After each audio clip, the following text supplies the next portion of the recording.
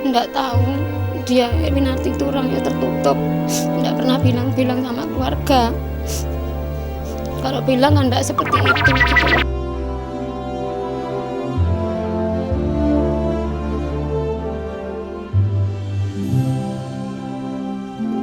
Ranti yang pergi tanpa pamit langsung menuju rumah Imron.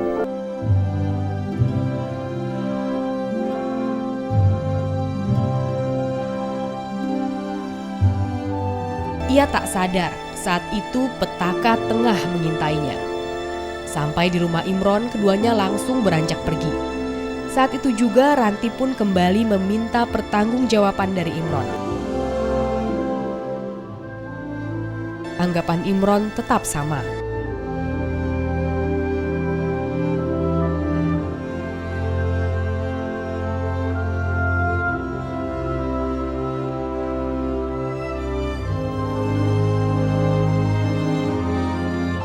Meski begitu, mereka tetap melanjutkan perjalanan ke Gunung Klotok. Sampai di tempat tujuan, Ranti dan Imron bercakap-cakap.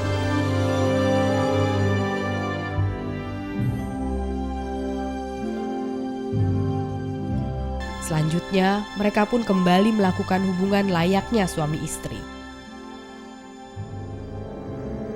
Usai melampiaskan nafsunya, Imron mulai melancarkan rencana busuknya. Agar lepas dari tanggung jawab, Imron ternyata berniat membunuh Ranti. Ia mencekik leher gadis itu dan menceburkannya ke dalam sungai. Saat itu juga, ajal pun menjemput Ranti. Itu saya pondok terus lalu saya ceburkan di sungai. Setelah itu ditinggal? Setelah itu saya tindih batu saya tinggal. Usai merenggut nyawa Ranti, Imron segera beranjak pergi.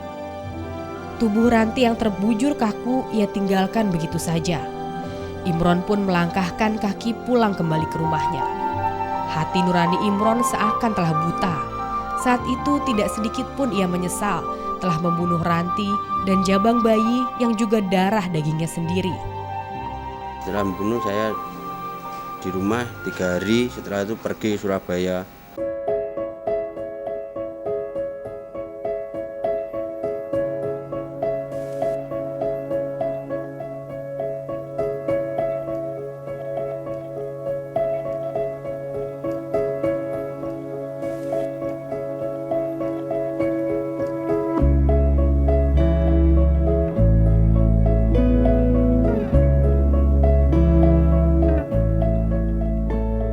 Polisi pun memulai penyelidikan. 19 Agustus 2005, tepat 3 bulan setelah Ranti tewas, polisi berhasil menangkap Imron yang sempat kabur keluar kota. Kepada polisi, Imron mengaku membunuh Ranti karena panik ketika mengetahui kekasihnya itu tengah mengandung. Bahwa Winarti ini pernah juga melakukan pemeriksaan di situ dan ini hamil 4 bulan.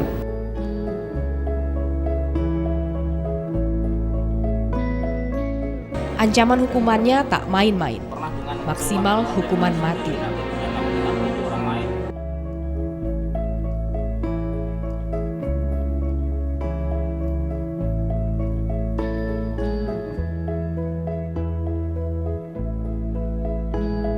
Bahwa Ranti tengah mengandung.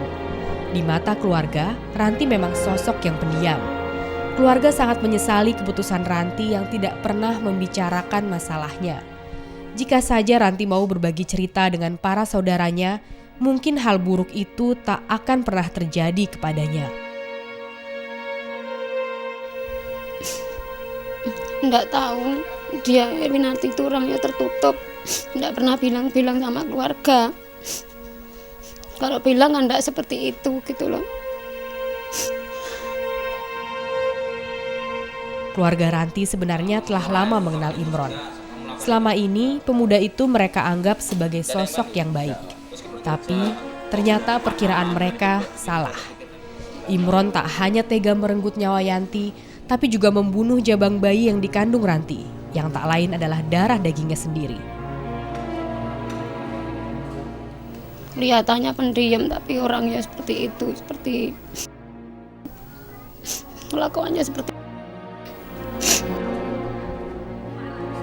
Bagi keluarga Ranti, hanya kesedihan yang kini tersisa. mereka telah kehilangan sosok Ranti yang sangat bersahaja itu. Luka yang ditorehkan Imron ke hati mereka begitu mendalam. Entah apa yang dapat menyembuhkannya. Yang pasti, Imron harus mendapat balasan yang setimpal. Satu hal yang pasti, kematian Imron hanya itulah yang diinginkan keluarga Ranti. Ya pokoknya harus hukum mati. Saya enggak terima, pokoknya saya enggak terima. Adik saya itu perlakuan seperti itu.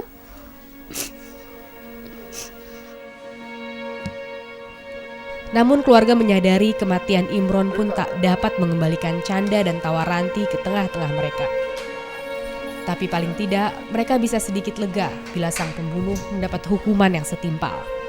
Tapi vonis hakim jugalah yang kelak akan menentukan hukuman bagi si pembunuh. Yang pasti Imron harus menghadapi kenyataan pahit, hidup di penjara, bahkan mungkin selama sisa hidupnya. Dwi Anggraini, Fahru Rozi, Trans TV, Kediri, Jawa Timur.